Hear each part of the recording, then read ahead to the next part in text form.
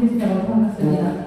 저희가 오늘 강기정 의원님이 오신다고 해서 사실 이 자리에 함께 참석했는데요. 제가 교육개혁에 굉장히 관심이 많습니다.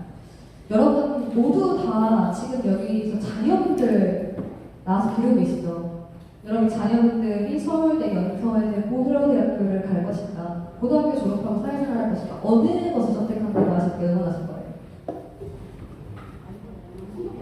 고등학교를 졸업하고 내가 원하는 꿈을 찾겠다, 그렇게 사회를 진출하겠다 했을 때 평범하게 응원할 수 있는 지금 대한민국의 부모님들 얼마나 계실까요? 지금 현 시대는.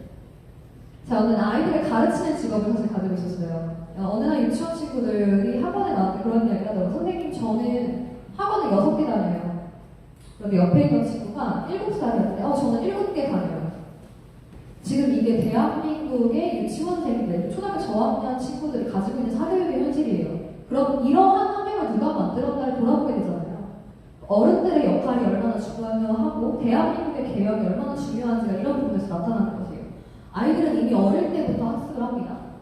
내 부모가 얼마의 재산을 가지고 있고 나의 사교육을 얼마나 시켜줄 수 있는가, 그런 것들이 아이들 사이에서 비일비재하게 일어나고 있는 현실이에요. 여러분들 혹시 유치원 손녀분들 데리고 계신 분들 계시나요? 부모님이 어떤 차를 사는지 얘기하고요. 아이들끼리 대화할 때 뭐가 중요한지 아세요?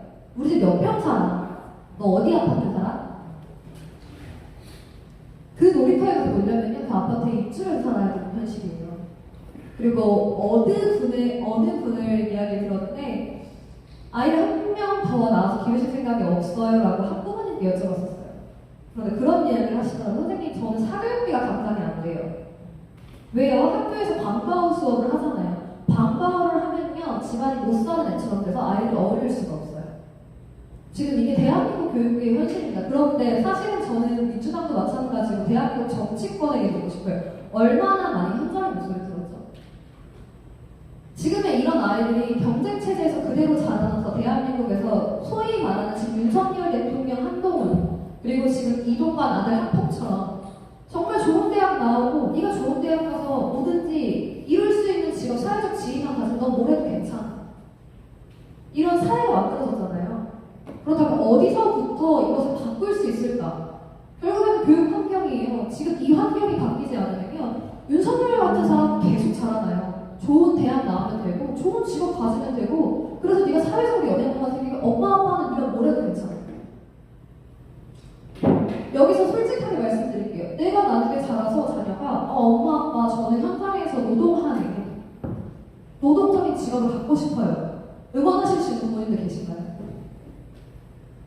교육개혁이 일어나지 않으면요, 결국 사회개혁도 일어날 수가 없는 거예요. 구조가. 아이들이 어릴 때부터 자라면서 당연하게 우리 부모님이 항상 말씀해요. 좋은 직업, 내가 공부를 잘해야지, 인정받는 사람이 되는구나가 어릴 때부터 학습이 됩니다. 이러한 문화를 가장 없앨 수 있는 것은 결국 공교육이 가진 힘이잖아요. 공교육이 평등할 수 있는 권리를 줘야 되는데 사실 지금 대한민국에서 공교육이 얼마큼 평등하다고 생각해요?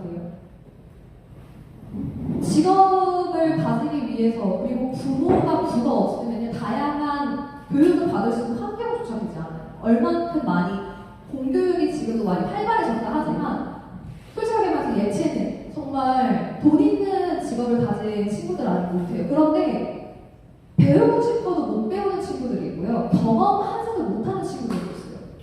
어떤 친구를 봤었냐면 부모님이 시장에서 일을 하시는데요, 자기는 말 타는 직업이 있다는 걸 TV를 보고 처음 알았대요. 그런데 그 친구가 재능이 만약 있다면 우리 사회는 그런 인재를 잃는 거 아닌가요? 나보다 더 쌓인 게 많을까 봐, 나보다 더 웃기게 되는 게 아니라. 저는 사실 평가원으로서 민주당이 해야 할 역할은 이러한 정말 사회 전반적인 부분에 대해서 정말 중산층과 서민들이 사는 삶을 개선하고 싶다면 실질적으로 삶이 어떤지를 더 디테일하게 들어가야 된다고 생각해요.